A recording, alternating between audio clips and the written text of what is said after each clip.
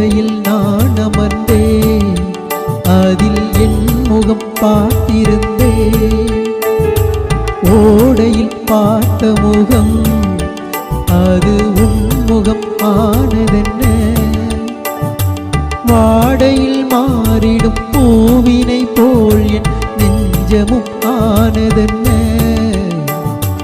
தேரடி வீதியிலே ஒரு தோரணம் நான் தொடுத்தேன், தோரண வாசலிலே ஒரு சோடியை கைப்பிடித்தேன்.